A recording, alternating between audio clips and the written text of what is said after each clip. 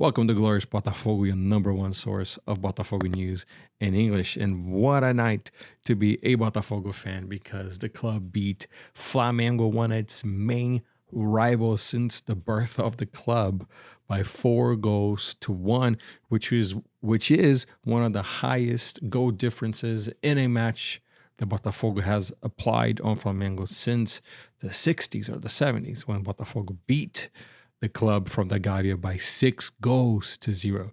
But today, it could have been something in a very similar fashion.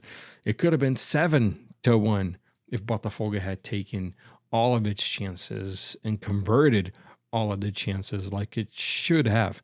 There are many, many different times where Botafogo saw with Savarino, so 5, Chiquinho, 6, Matheus Martins one time, 7, and then Thiago Almada's penalty kick, missed penalty kick, 8. It could have been an 8-1 victory, which I am quite positive that if Flamengo had lost to Botafogo by 8-1, Chichi would have been fired today. I mean, just the amount of chances that we just missed in front of goal, that was the one thing that concerned me about tonight. It's just the difficulty in finishing chances. Again, this could have been an 8-1 match. Easily 8-1 match. Flamengo's goal came on a counterattack. It was a great pass by Ortiz that found Bruno Henrique. If Matteo Ponte was sleeping and didn't really notice that everybody had pulled forward for an offside trap, he stayed. Bruno Henrique was much, much faster. Scored a beautiful goal. But then Bruno Henrique went and did the cry celebration, obviously to take a jab at Botafogo. If you don't know, back in 2007, 2008, when Botafogo was over and over again just being robbed by referees, especially against Flamengo, in a post-game press conference, the players came out there and the manager came out there, and some players got emotional and cried. But then ever since then, it's been one of those things when Botafogo Flamengo plays and Flamengo wins, the Flamengo players, they do that celebration, the crying gesture, as a way to poke fun about the Botafogo players. And when Bruno Henrique scored the tying goal, he did that. But at the end of the match, the one that was left crying was not only Bruno Henrique, but all of the Flamengo fan base was left crying. Because, again, Botafogo scored 4 goals tonight. Could have been double that. But at least we got the win. We were able to take some goal differential down from Flamengo. We retained the first spot. Now Flamengo drops down to 4th, with Fortaleza in 2nd and Palmeiras in 3rd. This win is a great morale booster for Botafogo because we will have a very tough match against Palmeiras this coming Wednesday for the Libertadores. Botafogo won at home 2-1. So now we have to make the result again at the Allianz Park. You know, a 0-0 tie, Botafogo moves on. 1-1 tie, Botafogo moves on. Palmeiras has to win, but they just have to score more than 2 goals to make sure that it doesn't go to penalty kicks. But anyways, Botafogo started with its usual pace. You know, pressing high, pressing Flamengo, trying to build out the back and trying to cause a mistake. Botafogo got a goal early on with Matteo Ponte with a beautiful cross from Marlon Freitas. Matteo Ponte came in behind the entire defense. Whoever was the left back from Flamengo, I don't remember who was playing. I think Ayrton Lucas left Matteo Ponte wide open, and Ponte, all he had to do was just headed it in, and it was a goal, 1-0. And then about the 24th minute, Flamengo got the tie, and then Botafogo got a goal with Igor Jesus, which another goal for Igor Jesus. It seems like he's finally settled in, like Luis Henrique. It took Luis Henrique a little bit of time to settle in and feel at home. But now Luis Henrique's very accustomed to play Botafogo. Igor Jesus has less than 10 matches for the club and got another goal, so it seems like he's coming to. Had a goal and assist in the previous match. So it's been a steady upgrade in performances for Igor Jesus. And then in the second half, when Matheus Martins came in, he scored the third and then he scored the fourth, which was a great goal too. He received a great pass from Alain, took on David Luiz one-on-one, cut into his left foot, shot it with the left. Great goal. And then if we're gonna make sure things are fair, Matheus Martins returned a provocative celebration by closing the nose and doing this in front of Botafogo supporters, because there was one year where Flamengo was poised to win all of the titles of the season. So then the supporters started saying that they could smell the titles coming. They could smell the titles coming. And then it happened that Flamengo didn't win anything that year. And then ever since then, when Flamengo is doing sort of well, the supporters say, we can smell the title coming. But then when there's a loss like this, you just kind of pinch your nose like something smells. And it's a provocative way to make fun of Flamengo supporters, which is, hey, they started it. They did it first. And then Matheus Martins very smartly remembered to do that. He gained a lot of points in Botafogo supporters today, especially the ones right in front of him, by doing the smell celebration. So very good performance. Like I said, the only thing that I really have to say is that it should have been 8. It really should. Every time Botafogo has a chance to demoralize, destabilize, whatever you can put there, is just, you have to do it. It should be no mercy against Flamengo. Should be no mercy. There should be no like, we should slow down. No. It's 4, 6, 8, 10, 12. Just do it.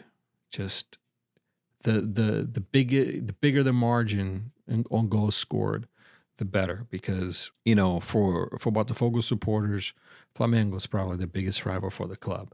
Flamengo might see it as Fluminense, and Botafogo's got pretty big rivalry with Fluminense and Vasco too. But ever since the 2000s, the Botafogo and Flamengo rivalry sort of surpassed the others.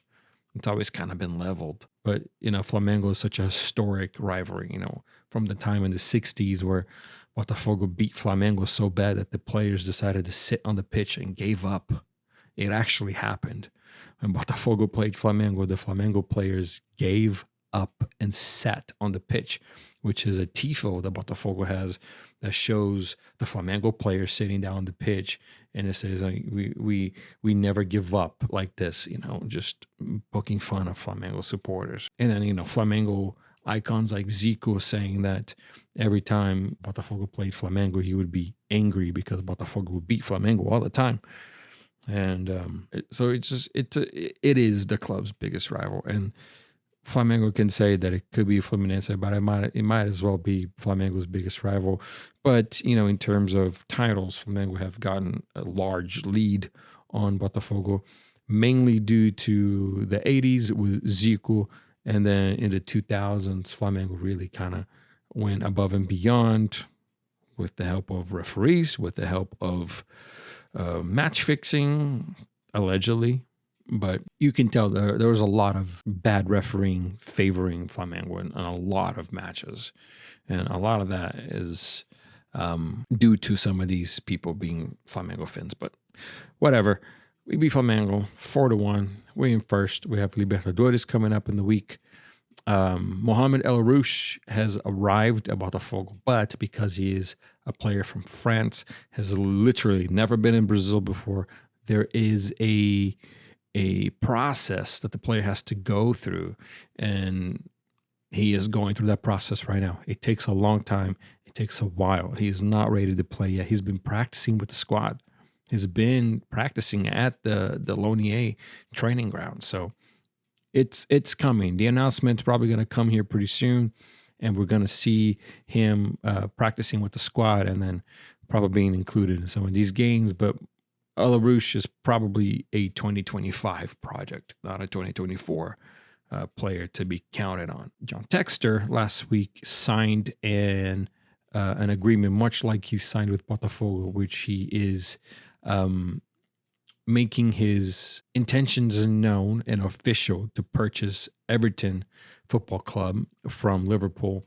There is a study that's going to be done on Everton's financials. Again, exact same thing that happened with Botafogo. Everton FC is going to go through that right now.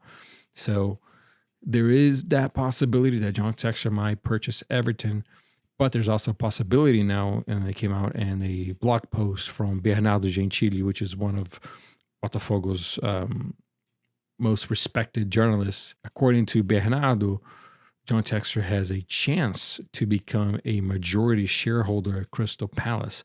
So if that's true, then perhaps he might not buy Everton, and it might just be easier for him to stay with Crystal Palace. And I think there's going to be a lot of pushback from the fans, especially from the ultras at Crystal Palace, because they're not keen to this whole multi-club ownership. You can see that in the stands. And I see that myself on Twitter with fans just saying, let's just sell it and let's just be done with that. Just get it over with. We don't want anything to do with John Textor and the multi-club thing. So maybe Everton is the best option, even though it might be the hardest.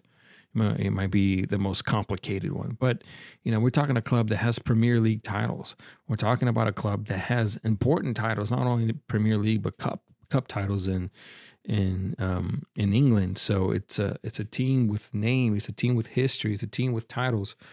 So it seems like it's more in the type of project that Eagle Football has done, with Botafogo, with Olympique Lyonnais, which is traditional clubs within their own countries that need a fixer-upper, that need that injection of money to just sort of raise the tide and make sure that the boat floats with the other boats, with the big boats, the boats that are supposed to be. Botafogo was this big boat, sort of run down and damaged by weather and bad management. And now John Textor came in and gave it a new look, new life, put in a new engine, and the boat's sailing high. So it's kind of the same thing what he did with what he's doing with Olympique Lyonnais.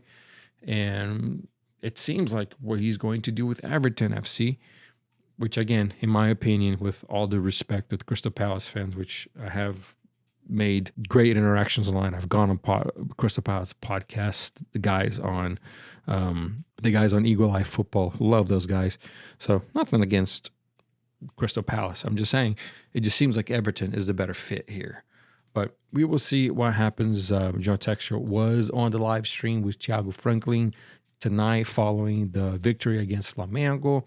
John Textor said that he was going to London, and I was watching the live stream. So I texted Thiago and I'm like, hey, ask John Textor if he's going to London to finalize the purchase of Everton or to sell off this Crystal Palace shares. And then a few moments later, Thiago asked that question on the live stream, and John Textor almost choked on his water and played it off a little bit and said, I don't know what you're talking about. I can't hear you over the phone. So there might be something to that. We will see.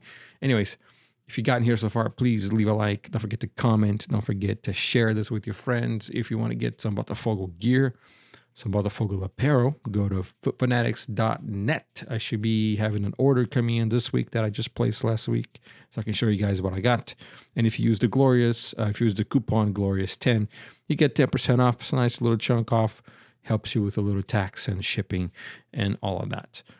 Botafogo and Palmeiras, big game on Wednesday. We will talk about it then. And one last bit of transfer news that just came out not too long ago is that Botafogo is negotiating with Jair. He is a center back from Santos.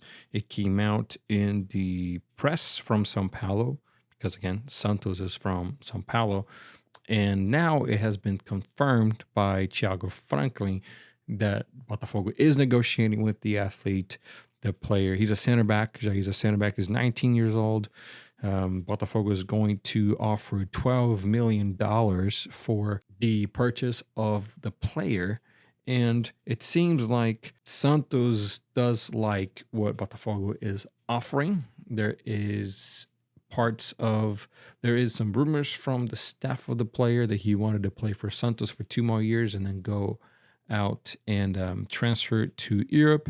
But then there is also some talks that the player does know of Botafogo's interest and that he's willing to make the move to Botafogo. So we will see. That is an interesting piece of information. Botafogo is looking for a defender, but the supporters were kind of looking more for a more experienced player, not somebody that's younger than Lucas Alta. But hey, if he's good, he's good. And if he's going to come in and add to the squad and be a performing player, a good player, then I'm all for it.